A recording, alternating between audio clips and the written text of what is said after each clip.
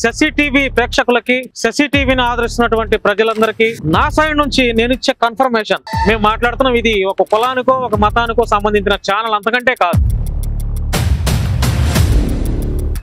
Rajesh Mahasena, Telugu Desam party అధికార ప్రతినిధి అని చెప్పుకుంటున్నటువంటి రాజేష్ మహాసేనకి మాత్రమే నా సూటి ప్రశ్నలు సమాధానం చెప్పే సత్తా, దమ్ము రాజేష్ మహాసేనకు ఉంటే ఆయన రమ్మన్నా కూడా నేరుగా ఆయన దగ్గరికి వెళ్ళి అడిగే దమ్ము నాకుంది. నేను ఎందుకు చెప్తున్నానంటే, ఏది చెప్తే అదే. ఇది ఇక్కడ ప్రవీణ్ పగడాల గారిని చూపిస్తే మాస్క్ లో ఉన్నాడు ఆయన కదంటారు. ఒకవేళ డైరెక్ట్ గా ప్రవీణ్ పగడాల గారు ఫేస్ చూపించినా కూడా లేదు, ఎవరో ప్రవీణ్ పగడాల గారిలా మాస్క్ వేసుకున్నారని పుకార్లు పుట్టించి ఇప్పటికి ఇంకా కూడా క్రైస్తవ సమాజాన్ని తప్పుదో పట్టించే పరిస్థితులు ఉన్నాయి. వైసీపీ అధికారంలో ఉన్నప్పుడు గొంతు దించుకొని అదే పనిగా విమర్శలు చేసి గొంతు దించుకున్నటువంటి అరిచినటువంటి రాజేష్ మహాసేన నోరు ఈరోజు మోగపోయిందా? 5,000 మంది రోడ్డు మీదకి వచ్చి బహిరంగంగా పాస్టర్ ప్రవీణ్ కుమార్ ని హత్య చేశారు అని అంత దారుణంగా వారు ఆరోపణలు చేసి ఒక అనుమానాన్ని వ్యక్తపరిచినప్పుడు నువ్వెలా దాన్ని యాక్సిడెంట్ అని డిక్లరేషన్ చేస్తావు? ఆధారాలు లేకుండా అక్కడ చంపేశారు, ఇక్కడ చంపేశారు, అలా కాదు ఇలా కాదని రకరకాల పుకార్లు పుట్టించి మీరు మత కలహాలు రేపడానికి మీరు చేసిన ప్రయత్నం ఈరోజు ఆంధ్ర తెలంగాణలో ఉన్న క్రైస్తవ, ముస్లిం, హిందూ సమాజం మిమ్మల్ని నమ్మలేదు కాబట్టి ఈరోజు ఇంత ప్రశాంతంగా ఉంది. నువ్వేమన్నా స్పాట్ లో ఆయన జరిగినప్పుడు రోడ్డు మీద పడినప్పుడు నువ్వు దగ్గరుండి చూసావా? నువ్వు కూడా ఒక క్రైస్తవుడివే కాబట్టి ఆ క్రైస్తవ సమాజం పట్ల వకాలత్తు పుచ్చుకొని ప్రశ్నించు. అరే, పోలీసు వారు ఇంకా ప్రెస్ మీట్ పెట్టలేదు, పోలీసు వారు అఫీషియల్ గా, ప్రభుత్వం వారు అఫీషియల్ గా ఆయన ఎలా చనిపోయారు అనేది కన్ఫర్మేషన్ ఇవ్వలేదు. కానీ నువ్వు మాత్రం ఆయన యాక్సిడెంట్ లో చనిపోయాడని చెప్పి గత 4-5 రోజుల నుంచి నువ్వు చేసే ఆ వికృత క్రీడను చూస్తుంటే యావత్ క్రైస్తవ సమాజం మొత్తం నిన్ను చూసి కాండ్రించి ఉమ్మేసే పరిస్థితి తెచ్చుకుంటున్నావు. ఖచ్చితంగా ఇలాంటి పుకార్లు ఎవరైనా బేస్లెస్, ఏ ఆధారం లేకుండా పుకార్లు పుట్టించేవారు ఎవరైనా ఉంటే వాళ్ళ మీద కూడా కఠినమైన చర్యలు తీసుకోవాల్సిందిగా పోలీసు వారిని కూడా మేము డిమాండ్ చేస్తూ, వైసీపీ అధికారంలో ఉన్నప్పుడు నువ్వు ఎలా అయితే గొంతెత్తావో, ఎలా అయితే దళితుల కోసం పోరాడావో, ఎలా అయితే క్రిస్టియన్ల కోసం పోరాడావో, ఆ గొంతు ఏమైంది ఇప్పుడు? సూటి ప్రశ్నలు. పాస్టర్ ప్రవీణ్ కుమార్ గారి మరణం విషయంపై రాజేష్ మహాసేనకి సూటి ప్రశ్నలు. అనేక అనుమానాలు. ఎక్కడ చూసినా కూడా హైదరాబాద్ లిక్కర్ షాప్ లో మందు కొన్నాడు, 2 బాటిల్స్ కొన్నాడు. ఆ 2 బాటిల్స్ కొన్నప్పుడు, ఆ మద్యం కొనుగోలు చేసినప్పుడు ఫోన్ పే ఏదో చేశాడు కదా, అప్పుడు ఆయన జేబులో నుంచి 2 ఫోన్లు తీసాడు. ఆ 2 ఫోన్లు సీసీటీవీలో కనపడినప్పుడు ఆయన చనిపోయిన తర్వాత ఆయన దగ్గర పోలీసు వారు ఒకే మొబైల్ లభ్యం చేసుకున్నారంట. మరి 2వ ఫోన్ ఏమైంది? సీసీటీవీ ఫుటేజ్ ముందే పడుతూ, తూలుతూ, లేస్తూ, లారీ కింద పడుతూ, ఏంది ఇదంతా?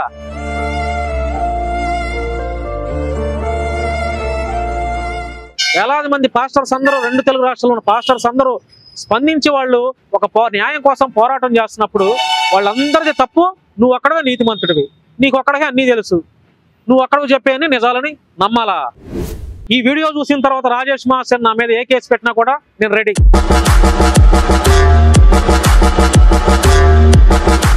అయిపోయింది, నీ పని అయిపోయింది. నువ్వేదో హిందువుల దగ్గర, ప్రభుత్వం దగ్గర మెప్పు పొంది ఏదో నీకేదో కార్పొరేషన్ పదవులు, ఆ పదవుల కోసం ట్రై చేస్తున్నట్టున్నావు. ఈ అంశాన్ని అడ్డం పెట్టుకొని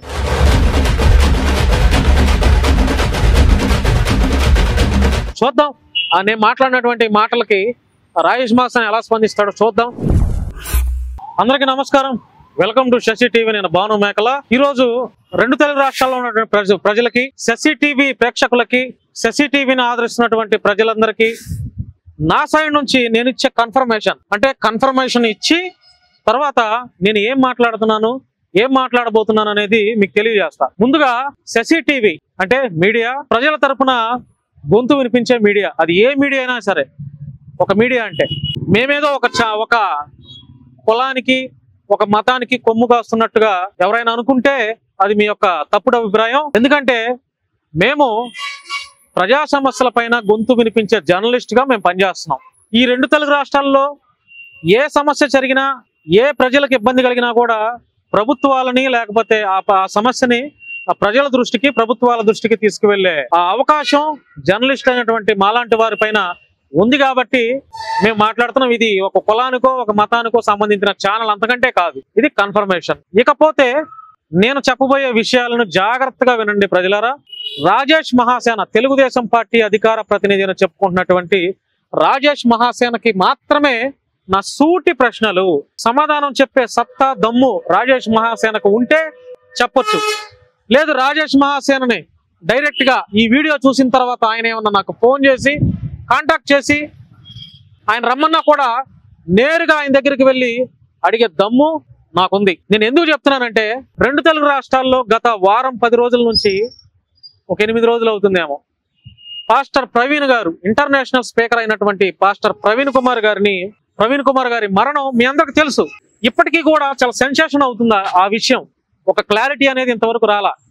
యావత్ 2 తెలుగు రాష్ట్రాల్లో ఉన్నటువంటి క్రైస్తవ సమాజం ఆయనను దారుణంగా హత్య చేశారు అని పెద్ద ఎత్తున ఆరోపణ చేస్తుంది. పెద్ద ఎత్తున ఈవెన్ వారి కుటుంబ సభ్యులు కూడా, అనేక మంది క్రైస్తవ పాస్టర్లు, కొంతమంది హిందువుల్లో ఉన్నటువంటి వారు కూడా ఇది హత్య అని చెప్పి వారు చాలా మంది ఆరోపణ చేస్తున్నారు.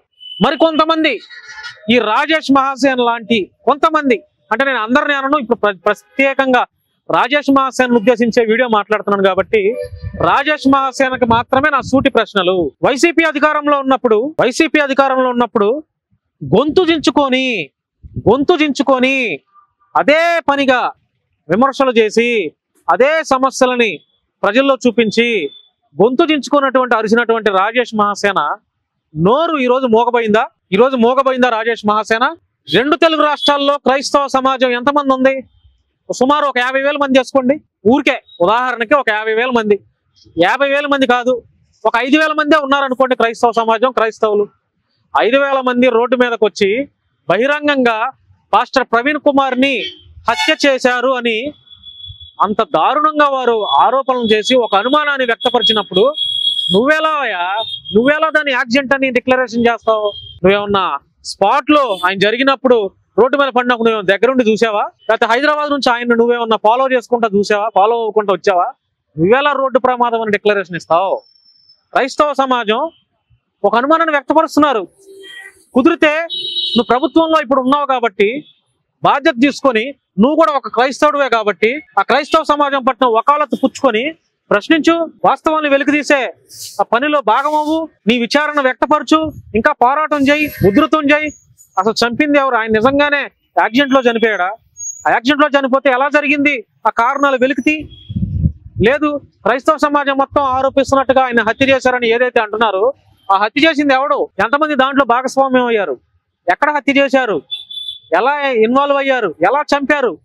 వెలికితీ, కారణాలు వెలికితీ, పోరాటం చేయి, ధర్నా చేయి. అరే పోలీసు వారు ఇంకా ప్రెస్ మీట్ పెట్టలేదు. పోలీసు వారు అఫీషియల్ గా, ప్రభుత్వం వారు అఫీషియల్ గా ఆయన ఎలా చనిపోయారు అనేది వాళ్ళు కన్ఫర్మేషన్ ఇవ్వలేదు. కానీ నువ్వు మాత్రం ఆయన యాక్సిడెంట్ లో చనిపోయాడని చెప్పి గత 4-5 రోజుల నుంచి నువ్వు చేసే ఆ వికృత క్రీడను చూస్తుంటే యావత్ క్రైస్తవ సమాజం మొత్తం నిన్ను చూసి కాండ్రించి ఉమ్మేసే పరిస్థితి తెచ్చుకుంటున్నావు. నేను ప్రభుత్వాన్ని విమర్శించట్లేదు, కేవలం రాష్ట్ర అధికార ప్రతినిధి, తెలుగుదేశం రాష్ట్ర అధికార ప్రతినిధి అని చెప్పుకునేటువంటి రాజేష్ మహాసేన అలియాస్ సరిపల్ల రాజేష్ కి మాత్రమే నా సూటి ప్రశ్నలు. ఇంతటితోనే ఈ వీడియో అవలా చాలా ఉన్నాయి, వాటన్నిటి సమాధానం చెప్పాలి రాజేష్ మహాసేన. నేనేదో ఒక మతానికి అనుకూలంగా నాకు అంత అవసరం లేదు. ఎందుకంటే ఈ పాస్టర్ ప్రవీణ్ కుమార్ గారి మరణ విషయమై అనేక అనుమానాలను వ్యక్తపరిచినటువంటి క్రైస్తవ సమాజానికి వ్యతిరేకంగా, అంటే వాళ్ళందరినీ ఏదో మభ్యపెట్టి నీ యొక్క వికృత క్రీడలు చూడలేకపోతున్నావు అనమాట. ఏమైపోయింది? వైఎస్ఆర్సీపీలో వైఎస్ఆర్సీపీ మీద నువ్వు ప్రతిపక్షంలో ఉన్నప్పుడు వైఎస్ఆర్సీపీ మీద ఏ రకంగా బురద జల్లేవు చూడు, ఏ రకంగా గొంతెత్తి మాట్లాడావు చూడు. అంటే నేను రాజకీయాలని ఇప్పుడేం మాట్లాడలా, అంటే నువ్వు ఆ టైంలో నువ్వు ఎలా గొంతెత్తి మాట్లాడావో అలాంటి గొంతు ఇప్పుడు ఏమైంది అని తెలియజేస్తున్నాను నేను. ఇందులో ఏ రాజకీయ పార్టీలని విమర్శించాలని, ఏ రాజకీయ పార్టీలు ఇందులో ఇన్వాల్వ్ చేయాలని నా ఉద్దేశం కాదు.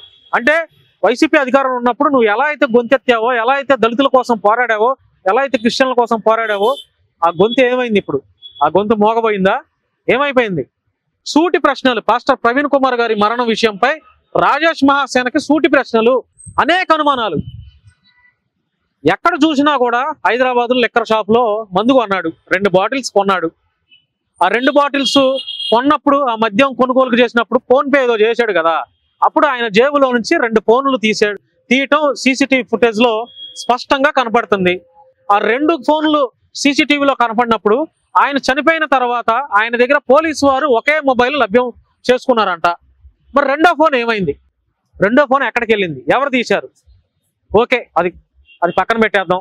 హైదరాబాద్ ఎల్బీ నగర్ దగ్గర లిక్కర్ షాప్ లో మద్యం కొన్నటువంటి పాస్టర్ ప్రవీణ్ కుమార్ అని చెప్పబడే నువ్వు ఆ వైనో లేకపోతే మద్యం కొనుగోలు చేసి ఎక్కడ తాగాడు? మద్యం షాప్ లో హైదరాబాద్ ఎల్బీ నగర్ లో మద్యం కొనుగోలు చేసి బయటకు వచ్చి ఆ మద్యాన్ని ఆయన బ్యాగ్ లోనో ఆ బండికో తగిలించుకున్నాడు కదా. ఆ తగిలించుకొని బండి తీసి వెనక్కి వచ్చి విజయవాడ వైపేగా ప్రయాణం చేసింది. మరి ఆ కొనుగోలు చేసినటువంటి మద్యాన్ని ఎక్కడ తాగాడు ఆయన? ఏ చెట్టు కింద తాగాడా? ఏ పుట్ట కింద తాగాడా? ఏదైనా హోటల్లో తాగాడా? హోటల్ పక్కన నిలబడి తాగాడా? రోడ్డు మీద కూర్చొని తాగాడా? లేకపోతే బొంకులో ఆపి తాగాడా? బొంకు దగ్గర ఏదైనా బంకు దగ్గర బండి పెట్టి ఆ బండి మీద కూర్చొని తాగాడా? పడుకొని తాగాడా? నిలబడి తాగాడా? ఒంగొని తాగాడా? ఎక్కడ తాగాడు? ఆ వీడియోలు ఎందుకు బయటికి రాలా? ఆ వీడియోలు ఎందుకు బయటికి రాలా? సరే, ఇది కూడా కాసేపు పక్కన పెట్టేద్దాం. ఆ ప్రవీణ్ కుమార్ అని చెప్పబడుతున్నటువంటి ఏది నువ్వు యాక్సిడెంట్ అయ్యి చనిపోయాడని నువ్వు నిర్ధారణ చేసినటువంటి ఆ బండి మీద ఉన్నటువంటి వ్యక్తి సీసీటీవీ ఫుటేజ్ ముందే పడుతూ తూలుతూ లేస్తూ లారీ కింద పడుతూ ఏంది ఇదంతా? కేసర టోల్ గేట్ ఉంది, కేసర పక్కన పెడితే కోదాడలో కూడా మద్యం కొన్నాడు అన్నారు. కోదాడలో మద్యం కొనుగోలు చేసినప్పుడు అక్కడ నుంచి మరలా విజయవాడ ప్రయాణం చేసినప్పుడు ఆ కోదాడలో కొన్నటువంటి మద్యం ఎక్కడ తాగాడు? బంకు దగ్గర తాగాడా? రోడ్డు మీద బండి డ్రైవ్ చేస్తూ తాగుతూ వచ్చాడా? లేకపోతే పక్కన బండి ఆపేసేసి మద్యం తాగాడా? లేదంటే బంకులో తాగాడా? బంకు పక్కన రోడ్డు అంతా బండి పెట్టి అక్కడ బండి మీద కూర్చొని తాగాడా? లేదంటే కోదాడ నుంచి విజయవాడ వైపు వస్తూ మద్యంలో బండి మీదే ఒక సింగిల్ హ్యాండ్ తో డ్రైవ్ చేసుకుంటూ మద్యం తాగాడా? ఎక్కడ తాగాడు? ఆ వీడియోలు బయటికి రాలా. ఆ వీడియోల గురించి నువ్వు ఎందుకు గొంతెత్తట్లేదు? ఎంతవరకు సీసీటీవీ ఫుటేజ్ లోనే కనపడుతున్నట్టు వీడియోల గురించే మాట్లాడుతున్నావు తప్ప మిగతా వీడియోలు ఎక్కడ పోయాయి? సరే, అయిపోయింది. కేసర టోల్ గేట్ దగ్గర ఆ టోల్ గేట్ దాటుకుంటూ వచ్చి రోడ్డు పక్కన పడిపోయాడు. ఆయన పడిపోగానే దుమ్ములేసింది. ఈ దుమ్ము లేవటం ఏంటో నాకు అర్థం కావట్లా. ఈ దుమ్ము లేవటం ఏంటో మరి బండి మీద పడిపోతే ఆ కొవ్వూరు టోల్ గేట్ దాటిన తర్వాత కూడా బండి మీద పడిపోయినప్పుడు మరి అందరూ అంటున్నట్టుగా పడిపోయారు కదా, అప్పుడు దుమ్ము లేవటం ఏంటో, కేసర టోల్ గేట్ దగ్గర దుమ్ము లేవటం ఏంటో నాకు అర్థం కావట్లా. మరి ఆ బండి మీద ఉన్నటువంటి ప్రవీణ్ కుమార్ గా చెప్పబడుతున్నటువంటి నువ్వు ఎక్కడ సీసీటీవీ దగ్గర ఉన్నప్పుడే పడిపోవటం ఏంటి? సీసీటీవీ దగ్గరే ఉన్నప్పుడే తోలటం, లేకపోవటం, పడిపోవటం ఇదంతా ఏంటి? అమ్మో, చాలా దారుణంగా ఉంది. ఇది మాత్రం ఎవరు దీని వెనక ఉన్నారో గానీ అనేక ప్రశ్నలు, అనేక అనుమానాలు వ్యక్తం అవుతున్నాయి బయటికి. ఇన్ని చోట్ల పడినా కూడా, ఇన్ని చోట్ల ఆయన లారీ కింద పడ్డాడు, ఓ పక్కన కొనుగోలు చేశాడు, ఓ పక్కన మద్యం షాపులో మద్యం కొన్నాడు, ఆ సీసీటీవీ గొల్లపూళ్ళు పెట్రోల్ బంకులో పెట్రోల్ కొట్టించుకున్నాడు, విజయవాడ రామర్పాడు దగ్గర కూర్చున్నాడు, విజయవాడ రామర్పాడు దగ్గర టీ తాగాడు. ఈ అన్ని చోట్ల కూడా హెల్మెట్ తీయలా. చూసారా? హెల్మెట్ తీయలా, మాస్క్ తీయలా. ముందు తాగేటప్పుడైనా మాస్క్ తీయాలిగా. ఆయన 3 చోట్ల ఏలూరులో మద్యం కొన్నాడు, కొత్తగా ఎల్బీ నగర్ లో మద్యం కొన్నాడు, కోదాడలో మద్యం కొన్నాడు. మరి మద్యం కొనుగోలు ఇన్నిసార్లు మద్యం కొనుగో 2 బాటిళ్లు ఆ మద్యం కొనుగొన్నటువంటి పాస్టర్ ప్రవీణ్ కుమార్ గా చెప్పబడుతున్నటువంటి ఈ వ్యక్తి ఎక్కడ తాగాడు మద్యం తాగేటప్పుడైనా హెల్మెట్ తీయాలి. లేదంటే హెల్మెట్ పక్కన హెల్మెట్ అట్లాగే పెట్టుకున్నా ఆ మాస్క్ ఉంది కదా, మాస్క్ అయినా తీయాలి కదా. మాస్క్ ఎందుకు తీయలేదు? సరే, అది కూడా పక్కన పెట్టేద్దాం. ఎల్బీ నగర్ లో స్టార్ట్ అయినటువంటి ప్రవీణ్ కుమార్ గారు, ఏది మీరు చెప్పబడుతున్నటువంటి ఆ బండి మీద వస్తున్నటువంటి ఆ ప్రవీణ్ కుమార్ గారు భోజనం ఎక్కడా చేయటానికి ఆగలేదా? అంటే తాగుతానే వచ్చాడా? అన్ని చోట్ల తాగుతానే వచ్చాడా? అరే, నేను ఒక గంట సేపు బండి మీద ప్రయాణం చేసి హెల్మెట్ పెట్టుకొని ప్రయాణం చేస్తే తలంతా చెమటలు పట్టేసేసి చిరాకుతో హెల్మెట్ తీసి అట్టెట్టన్న తల దూకుంటాం, లేదా తల సరి చేసుకుంటాం, లేదా కాసేపు బండి మీద హెల్మెట్ పట్టుకుంటాం. ఈ మూతికి మాస్క్ పెట్టుకుంటే చెమటలు పెట్టేసేసి చిరాకు వస్తుంది. అంతసేపు హెల్మెట్ తీయకుండా, అన్ని గంటలు హెల్మెట్ తీయకుండా, మాస్క్ కూడా తీయకుండా మరి ఎలా ఉన్నాడో ఆ వ్యక్తి నాకైతే అర్థం అవ్వట్లా. మరి రాజేష్ మహాసేన మాత్రమే ఎందుకు పాస్టర్ ప్రవీణ్ కుమార్ గారి విషయంలో ఇంత దారుణంగా రియాక్ట్ అవుతున్నాడో నాకు అర్థం కావట్లేదు. అంటే కూటమి ప్రభుత్వంలో భాగస్వామ్యంగా ఉన్నామని చెప్పి క్రిస్టియన్స్ అందరూ ప్రభుత్వం మీద యాంటీగా ఉంటారని చెప్పి ఆ యాంటీ రాకుండా ఆయన పడే కునికిపాట్లు నాకు అర్థం అవ్వట్ల. మొదట్లో రాజేష్ మహాసేన అనే వ్యక్తి ప్రైజ్ ద లార్డ్, నేను క్రిస్టియన్ తరపున వాదిస్తున్నాను, క్రైస్తవ సమాజం పట్ల వాదిస్తున్నానని గొంతెత్తి ప్రజల్ని మోసం చేసి, క్రిస్టియానిటీని మోసం చేసి ప్రజల్లోకి వచ్చి ఒక పేరు సంపాదించుకున్నటువంటి ఇదే రాజేష్ మహాసేన ఈ రోజు ఒక ఇంటర్నేషనల్ స్పీకర్ గా ఉన్నటువంటి పాస్టర్ ప్రవీణ్ కుమార్ గారి మరణం పైన యావత్ తెలుగు రాష్ట్రాల్లో ఉన్నటువంటి క్రైస్తవ సమాజం మొత్తం అనుమానం వ్యక్తం చేస్తున్న ఈ నేపథ్యంలో నీ నోరు ఏమైపోయింది? నీ నోరు ఎందుకు మాట్లాడలేదు? గట్టిగా మాట్లాడకపోయినా నువ్వు నిన్ను స్పందించమని ఎవడన్నాడు అసలు? ఎవడన్నా స్పందించమని అన్నాడా? పోలీసు వారు డిక్లరేషన్ చేయలా, పోలీసు వారు ఇంకా కన్ఫర్మేషన్ చేయలా, ప్రభుత్వం వారు కన్ఫర్మేషన్ చేయనప్పుడు నువ్వెలా తప్పుదోవ పట్టిస్తావు? నువ్వెలా యాక్సిడెంట్ అని డిక్లరేషన్ చేస్తావు? నువ్వెలా ఆయన రోడ్డు ప్రమాదంలో చనిపోయాడని చెప్పి అంటావు? సరే యాక్సిడెంట్ అనుకో, నీ మాల కారు గుద్దిందా, లారీ గుద్దిందా, వ్యాన్ గుద్దిందా, లేకపోతే ఏదైనా బైక్ గుద్దిందా? బైక్తో కాలుతో ఇట్లా గుద్ది ఆయన తోసేశారా? ఏం చేశారు చెప్తున్నావా? అదన్నా పొన్ని చెప్తున్నావా? నువ్వు ప్రభుత్వంలో భాగస్వామ్యంగా ఉన్నావు కదా, నీ ప్రభుత్వం మీద మచ్చ రాకూడదు, క్రైస్తవులందరూ నీ ప్రభుత్వాన్ని విమర్శలు చేయకూడదు, యాంటీగా అనుకోకూడదని నువ్వు అంతా పోరాటం చేస్తున్నావే, ప్రభుత్వానికి రక్షణగా అంత ఉన్నావే. ఆయన మృతి పైన ప్రభుత్వం అంతా పోట్లాడవసరలా, ప్రభుత్వంలో నువ్వు ఒక భాగంగా ఉన్నావు కదా. వెళ్ళి నీ సైన్యాన్ని అంటబెట్టుకొని, లేదా కొంతమంది క్రైస్తవ పాస్టర్లు, నువ్వు కూడా క్రైస్తవుడివే కదా, కొంతమంది క్రైస్తవ పాస్టర్లు వెంటబెట్టుకొని ప్రభుత్వ పెద్దలతో కూర్చొని ఆయన ఎలా చనిపోయాడు, ఎలా చంపారు, లేకపోతే ఆయన్ని ఎవరు చంపారు, ఒకవేళ చంపినట్టు ఉంటే ఎవరు చంపారు, దానికి ఆధారాలు ఏంటి, ఇవన్నీ వెలికి తీస్తే ఈ రోజు 2 తెలుగు రాష్ట్రాల్లో ఉన్నటువంటి క్రైస్తవులు మొత్తం నీకు నీరాజనాలు పలికేవారు, నీకు జేజేలు కొట్టేవారు. అది చేయకపోగా ప్రభుత్వ పెద్దల దృష్టికి నేరుగా కొంతమంది పాస్టర్స్ని తీసుకువెళ్ళి ఆయన్ని నిజంగా ఎవరైనా హత్య చేస్తే, నిజంగా ఎవరైనా క్రైస్తవులే హత్య చేస్తే, లేదంటే అందరూ అనుకున్నట్టు హిందువులే హత్య చేస్తే, లేదు ఇంకా అందరూ అనుకున్నట్టుగా ముస్లింలు, లేదు అసలు హత్య చేయలేదు అనుకో, రోడ్డు ప్రమాదంలో చనిపోయాడు అనుకోండి, రోడ్డు ప్రమాదంలో చనిపోయాడు, ఎలా చనిపోయాడు, ఇలా చనిపోయాడు, ఓకే, ఇలా ఆయన వెళ్తున్నాడు కాబట్టి ఆయన అందరూ అనుకున్నాడు, మీరేదో జనాలందరూ అనుకున్నట్టుగా ఆయన మద్యం కొనుగోలు చేసినప్పుడు ఆ మందు ఇంత దాగాడు కాబట్టి చనిపోయాడు, అదన్నా డిక్లరేషన్ ఇవ్వాలి కదా. అసలు పోలీసు వారు ఇంకా సరైన ప్రెస్ మీట్ పెట్టి ప్రజలకు వాస్తవాలు తెలియజేయాలని ఇది రానప్పుడు ఒక అధికార ప్రతినిధిగా ఉండి, ఒక క్రైస్తవుడిగా ఉండి నువ్వు ఎలా డిక్లరేషన్ ఇస్తావయ్యా? నువ్వు ఎలా చెప్పేస్తావు? నువ్వు ఎలా కన్ఫర్మేషన్ చేస్తావు? అన్ని చోట్ల మద్యం కొనుగోలు చేసి ఎక్కడ తాగలేదా? ఒక్క చోట కూడా తాగలేదంటావా?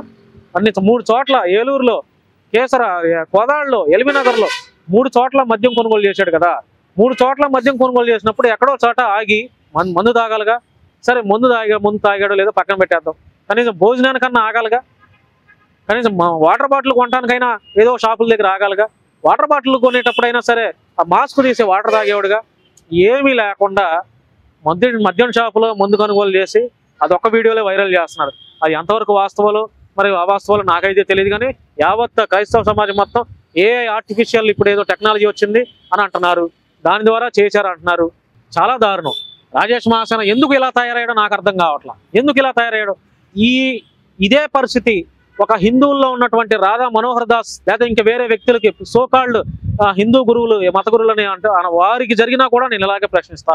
ఒక ముస్లింలో ఉన్నటువంటి మత గురువులు ఎవరికైనా ఇట్లాగే జరిగినా కూడా నేను ఇలాగే మాట్లాడేస్తాను. ఎందుకంటే తప్పండి, ఒక మనిషిని దారుణంగా చంపడం తప్పు. అది పాస్టర్ అవ్వచ్చు, బాబా అవ్వచ్చు, లేకపోతే ముస్లిం కులానికి చెందిన, ముస్లిం మతానికి చెందిన వాళ్ళు ఎవరైనా సరే ఒక మనిషిని చంపడం తప్పు. ఒక మనిషిని ఇంత దారుణంగా చంపడం తప్పు. ఏ మనిషినైనా సరే హత్య చేయటం అనేది తప్పు. అది పాస్టర్ విషయంలో నేను అట్లా. ఈ భూమి మీద నివసించే ప్రతి వ్యక్తి, ప్రతి మనిషి అన్న ప్రతి వ్యక్తి కూడా ఇంకో మనిషిని దారుణంగా చంపడం అనేది తప్పండి. అతను ఏమన్నా సిద్ధాంతపరంగా విమర్శలు చేస్తున్నాడు, ఎదుర్కోండి. అంతేగాని ఇంత దారుణంగా హత్య చేసి, అంటే అందరూ క్రైస్తవ సమాజం అంటుంది, నేను అంటున్నా దారుణంగా ఆయన హత్య చేశారని క్రైస్తవ సమాజం అంటున్నారు కాబట్టి, అనుమానాలు వ్యక్తం చేస్తున్నారు కాబట్టి నేను నిజంగా ఒకవేళ పాస్టర్ ప్రవీణ్ కుమార్ గారిది హత్య అయితే, హత్య చేసింది ఎవరు, ఎందుకు చంపారు, ఎక్కడ చంపారు, ఎలా కిడ్నాప్ చేశారు, ఎందుకు చంపాల్సి వచ్చింది, దాని వెనక ఎవరున్నారు, ఏ రాజకీయ నాయకుడు ఉన్నాడు, లేదంటే ఏ క్రైస్తవ సేవకుడు ఉన్నాడు, లేకపోతే ఓరవలేని కొంతమంది క్రైస్తవులు ఆయన చంపించారా, అది ఎవరు, ఇదంతా వెలుగు తీసి ప్రజలకు వాస్తవాలు తెలియజేసే బాధ్యత తీసుకోవాల్సింది పోయి ఈ రాజేష్ మహాసేన తప్పుదోవ పట్టించే పని చేస్తున్నాడు. మళ్ళీ లైవ్లు పెట్టి వీడియోలు చేసి కొంతమంది పాస్టర్స్ని వీడియోల మీద చూపించి ఈ రకంగా మాట్లాడతాం. ఎంతవరకు కరెక్ట్? అంటే వేలాది మంది రోడ్డు ఎక్కినటువంటి క్రైస్తవులందరినీ వాళ్ళందరూ తప్పు, నువ్వు ఒక్కడవే కరెక్టా? చెప్పులే, నువ్వు ఒక్కడవే కరెక్టా? వేలాది మంది పాస్టర్స్ అందరూ, 2 తెలుగు రాష్ట్రాల్లో ఉన్న పాస్టర్స్ అందరూ స్పందించి వాళ్ళు ఒక న్యాయం కోసం పోరాటం చేస్తున్నప్పుడు వాళ్ళందరిది తప్పు, నువ్వు ఒక్కడవే నీతిమంతుడివి, నీకు ఒక్కడే అన్నీ తెలుసు, నువ్వు ఒక్కడవి చెప్పేయని నిజాలని నమ్మాలా? ప్రజలారా ఆలోచించండి. రాజేష్ మహాసేన పూర్తిగా తప్పుదోవ పట్టిస్తున్నాడు. ఈ వీడియో చూసిన తర్వాత రాజేష్ మహాసేన నా మీద ఏ కేసు పెట్టినా కూడా నేను రెడీ, అందులో డౌటే లేదు. నేను వాస్తవాలు తెలియజేయండి బాబు అని చెప్తున్నా. వాస్తవాలను ప్రజలకు తెలియజేయండి. అది హత్య నిర్ధారణ చేయండి. హత్య గల కారణాలు ఏంటి, హత్య ఎవరు చేశారు, హత్య ఎలా చేయించారు, ఎంతమంది భాగస్వామ్యారు, దీని వెనక ఎవరున్నారు అన్నీ వెలికి తీసి ప్రజలకు తెలియజేయండి. లేదు నిజంగానే యాక్సిడెంటా, నిజంగానే రోడ్డు ప్రమాదంలో చనిపోయాడా, దానికి గల కారణాలు ఏంటి, ఆ కారణాలను వెలికి తీయండి, ఆ కారణాలని ప్రజలకు తెలియజేయండి, మొత్తం కేసు క్లోజ్ చేయండి. శాంతి భద్రతల విఘాతం లేకుండా, లా అండ్ ఆర్డర్ ఇష్యూస్ లేకుండా ఉంటాయి. ప్రజలు కూడా ఎంతసేపు, ఎంతకాలం, ఎన్ని రోజులు పాస్టర్ ప్రవీణ్ హత్య, పాస్టర్ ప్రవీణ్ రోడ్డు ప్రమాదంలో చనిపోయాడు, పాస్టర్ ప్రవీణ్ మందు తాగుతూ చచ్చిపోయాడు, పాస్టర్ ప్రవీణ్ రోడ్డు మీద చచ్చిపోయాడు, పాస్టర్ ప్రవీణ్ అక్కడ ఆగాడు, ఇక్కడ లేచాడు, ఇక్కడ పడ్డాడు, ఇదంతా ఏంటండి గోల? ప్రజలకి ఇంక వేరే పని పాట లేదా? ప్రజలకి ఇంక వేరే న్యూస్ లేదా? అరే 10 రోజుల నుంచి దాదాపుగా మీడియా మొత్తం ఈ అంశం చుట్టే తిరుగుతుంది, పోలీసు వారు ఈ అంశం చుట్టే తిరుగుతున్నారు, సోషల్ మీడియాలో ఒక వార్ జరుగుతుంది క్రైస్తవులకి, ముస్లింలకి, హిందువులకి. ఎందుకండి ఇదంతా? అవసరమా ఇదంతా? ఏ రాజేష్ మాసేనా 4 రోజులు ఆగలేకపోయావా? ఎవరు స్పందించమన్నాడు నిన్ను? ప్రభుత్వం వారు అధికారికంగా డిక్లరేషన్ చేస్తారు, కన్ఫర్మ్ చేస్తారు ఆయన ఎలా చనిపోయాడని. ఈలోపే నువ్వు ఆయన యాక్సిడెంటే చనిపోయాడు, అరే బాబు నేను చెప్పింది ఆ రోజే విన్నుంటే ఈరోజు ఆయన చావు దారుణంగా ఉండేది కాదని ఈ రకమైనటువంటి సింపతి మాటలు. అంటే నీ మాట విని క్రైస్తవ సమాజం మొత్తం ఏదైతే అనుమానం వ్యక్తపరుస్తున్నారో ఆ అనుమానాలు కాస్త, ఆ అనుమానాలని అట్లాగే ఉంచేయాలా? అంటే నువ్వు చెప్పింది యాక్సిడెంట్ అని ఏదైతే ఉందో అది కన్ఫర్మేషన్ చేసి ప్రజలు గుడ్డిగా నీ మాట నమ్మమంటావా? అంటే వాళ్ళకి అనుమానాలను కూడా వ్యక్తపరచుకునే స్వేచ్ఛ లేదంటావా? ఆ క్రైస్తవ సమాజానికి ఓస్తున్నారు నిన్ను ఓస్తున్నారు రాజేష్ మాసేన, క్రైస్తవ సమాజం, క్రైస్తవ పాస్టర్లు నిన్ను ఓస్తున్నారు. అయిపోయింది, నీ పని అయిపోయింది. నువ్వేదో హిందువుల దగ్గర, ప్రభుత్వం దగ్గర మెప్పు పొంది ఏదో నీకేదో కార్పొరేషన్ పదవులు, ఆ పదవుల కోసం ట్రై చేస్తున్నట్టున్నావు. ఈ అంశాన్ని అడ్డం పెట్టుకొని పాస్టర్లు శవ రాజకీయం చేస్తున్నారా? ఎందుకు చేస్తారా శవ రాజకీయాలు పాస్టర్లు? వాళ్ళకి ఏం అవసరం? వాళ్ళు పాస్టర్లు చేసే పని ఏంటి? వాళ్ళు సంఘాల్లో వాళ్ళు యేసు ప్రభుని గురించి తెలియజేసుకోవటం, వాళ్ళ సంఘాల్లో విశ్వాసుల్ని వాళ్ళు యేసు బోధలు చేసి కాపాడుకోవటం. శవ రాజకీయాలు ఎవరు చేస్తాడా? ఎవరు చేస్తారు శవ రాజకీయాలు? ఎవరికేం అవసరం? పాస్టర్లకు అవసరమా శవ రాజకీయాలు చేయడానికి? పాస్టర్లు ఏమన్నా రాజకీయ నాయకులా నీకులాగా? చెప్పు, శవ రాజకీయాలు ఎవడు చేస్తున్నాడు? ఏ వైసీపీ నాయకుడు? ఎవడో ఒక వైసీపీ నాయకుడు ఎవడో మాట్లాడితే శవ రాజకీయం అయిపోయినట్ట. ఇది పార్టీలకు ఎందుకు పులుపుతున్నారు? పార్టీలకు ఏం సంబంధం చెప్పండి? రాజకీయ పార్టీలకు ఏం సంబంధం? ఒక మతానికి సంబంధించినటువంటి సెన్సిటివ్ ఇష్యూ ఇది. ఒక మతానికి సంబంధించినటువంటి సెన్సిటివ్ ఇష్యూ, ఒక మతానికి సంబంధించినటువంటి సోకాళ్ళు అంటే పేరు ప్రఖ్యాతలు సంపాదించుకున్నటువంటి ఒక పాస్టర్కి సంబంధించినటువంటి అంశం ఇది. దీనికి రాజకీయ రంగు పులిపోస్తున్నారేంటి? రాజకీయాలకు ఏం సంబంధం? ఇది కరెక్ట్ కాదు రాజేష్ మాసేన. నువ్వు టోటల్గా క్రిస్టియన్ సమాజాన్ని డైవర్ట్ చేస్తున్నావు. నీ ఇష్టం. ఇంకా క్రిస్టియన్స్ ఆల్రెడీ ఇప్పటికే నీ వల్ల పాప అనవసరంగా చంద్రబాబు గారికి, ఉప ముఖ్యమంత్రి పవన్ కళ్యాణ్ గారికి చెడ్డనేం వస్తుంది నీ వల్ల.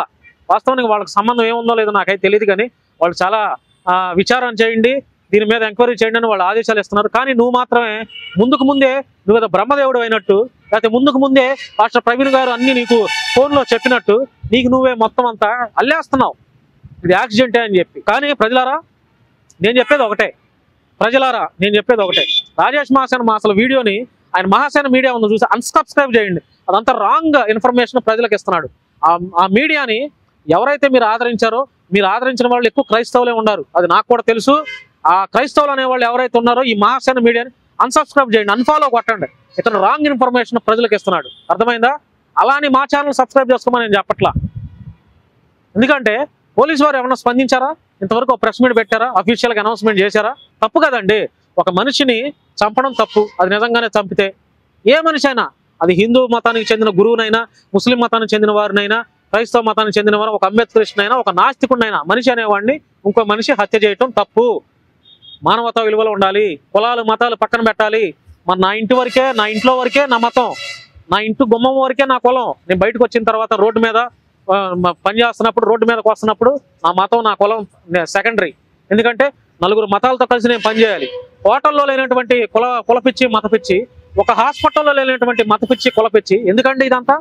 ఏమవసరం అండి? ఇంత దారుణమా? సరే చూద్దాం. నేను మాట్లాడినటువంటి మాటలకి రాజేష్ మాసేన ఎలా స్పందిస్తాడో చూద్దాం. నేను చెప్పేది ఒకటేనండి, ఏ మనిషినైనా ఇంకో మనిషి చంపటం కరెక్ట్ కాదు. ఈ పాస్టర్ విషయం కాదు, పక్కన పెట్టేస్తే ఏ మనిషి ఇంకో మనిషిని చంపే హక్కు లేదు, అర్థమైందా? ఎవరి మతం వారికి గొప్ప, ఎవరి కులం వారికి గొప్ప. అది కూడా ఎంతవరకు? వారి ఇంట్లో ఉన్నంత వరకే. రోడ్డు మీదకి వచ్చిన తర్వాత అందరి మతాలను గౌరవించాలి, ఇతర మతాలను గౌరవించాలి, మనల్ని మనం గౌరవించుకొని ఇతర మతాలను గౌరవించాలి, ఇతర దేవుళ్ళను కూడా మనం గౌరవించాలి, అర్థమైందా? అది నేను చెప్పేది అయితే ఇది. ఈ కులాలు మతాలన్నిటికంటే కూడా మానవత్వం గొప్పది, మానవత్వ విలువలు గొప్పవి, మానవత్వం మాత్రమే గొప్పది, మానవత్వం మాత్రమే గొప్పది నేను చెప్పేది. ఈ కులాలు మతాలు ఇదంటే ఏంటండి? Non sense. మనందరం భారతీయులం అండి, భారతదేశం నా మాతృభూమి, భారతీయులందరూ నా సహోదరులు. ఏంటిది? ఇంకా ఈ దేశంలో, ఈ రాష్ట్రంలో ఇలాంటి హత్యలు ఎన్ని జరుగుతాయో నాకైతే తెలియదు, కానీ ఏ హత్యలు ఇట్లాంటి దారుణమైనటువంటి ఎవరు చనిపోకూడదు. మత గొడవల్లో ఏ క్రైస్తవానికి చెందిన వారు చనిపోకూడదు, ఏ హిందువులకు సంబంధించిన వాళ్ళు చనిపోకూడదు, ఏ ముస్లింలకు సంబంధించిన ఏ వ్యక్తి కూడా మత గొడవల్లో చనిపోకూడదు. ఇక రోడ్డు ప్రమాదాలు అంటారా, లేకపోతే ఇంకా ఊరేసుకొని అంటారు, ఇక ఎంత దైవ చిత్తం, దైవ కార్యం, కర్మఫలం అంటాం. కానీ ఈ మత గొడవల్లో ఏ వ్యక్తి చనిపోకూడదు అనేది నా భావన. నేనైతే చాలా ఫీల్ అవుతున్నానండి. ఎందుకంటే చాలా ఫీల్ అవుతున్నాను. క్రైస్తవ పాస్టర్ చనిపోయాడని కాదు, ఏ హిందువు చనిపోయినా కూడా ఇలాగే ఫీల్ అవుతా. అన్యాయంగా ఒక మనిషిని దారుణంగా ఎవడో కూడా హత్య చేయకూడదండి. అందరూ బాగుండాలి, ముస్లింలు బాగుండాలి, క్రైస్తవులు బాగుండాలి, హిందువులు బాగుండాలి, అందరూ బాగుండాలి. ఎవరి మతాలను వాళ్ళు గౌరవించుకోవాలి, ఎదుటి వారిని కూడా గౌరవించుకోవాలండి. ఇదే నేను చెప్పేది. ఇంకా చూద్దాం ఇంకా దీని మీద ప్రజలు ఎలా దీన్ని స్వాగతించుకుంటారో, ఎలా స్పందిస్తారో. మీ యొక్క అభిప్రాయాన్ని నేను తెలుసుకోవాలనుకుంటున్నాను. కాబట్టి మీ విలువైన అభిప్రాయాన్ని కామెంట్ రూపంలో తెలియజేయండి. నేనేమో తప్పు మాట్లాడినా కూడా నన్ను ఖండించండి. బాబు నువ్వు ఇలా మాట్లాడకూడదయా బాను, నీ జర్నలిస్టం ఇదా కాదు, ఇలా చేయకూడదు. మీకు అనిపించినా కూడా ధైర్యంగా కామెంట్ పెట్టండి. మీరు పెట్టే ప్రతి కామెంట్ నేను చూస్తా. నేనేమైనా తప్పు మాట్లాడినా కూడా మీరు సరిదిద్దండి. సరిదిద్దితే నేను తప్పు మాట్లాడితే తెలుసుకొని ప్రజలు ఎలా అనుకుంటున్నారు, ప్రజలు ఎలా వ్యక్తపరుస్తున్నారు, నేను మార్చుకుంటా. ఓకేనా? సో అంతే నేను చెప్పాల్సింది. థ్యాంక్ యూ అండి. Thank you so much.